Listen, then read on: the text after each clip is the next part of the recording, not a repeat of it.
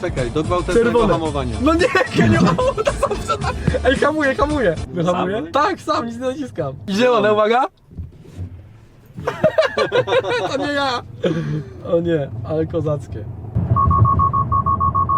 Jezus, no dobra. Co się dzieje? No chłopie, wykrył mi, że za blisko jadę krawędzi. I zaczął mi piszczeć. A ja tak chciałem, bo się boję krawężnika tam. To jest kapryśne, co? Za bardzo świrowaliśmy i się obraził. Kapryśne auto! Nie trzymałem kierownicy, dostałem bana. No serio! Dostałem od samochodu karę! Dostałem od samochodu karę, bo nie trzymałem kierownicy za dużo razy. I się obraził, już nie pojeździ na autopilocie, już się obraził.